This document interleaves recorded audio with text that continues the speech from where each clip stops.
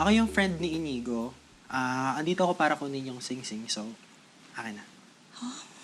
Girl din pala. So, asan si Inigo? Doesn't matter kung nasan si Inigo. Ang importante, bigay mo na sa akin yung sing-sing dahil allergy na ako sa lugar na to.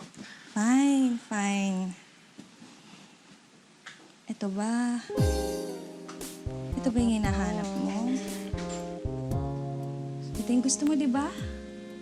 Oops. Ito, di ba? Wait. Wait.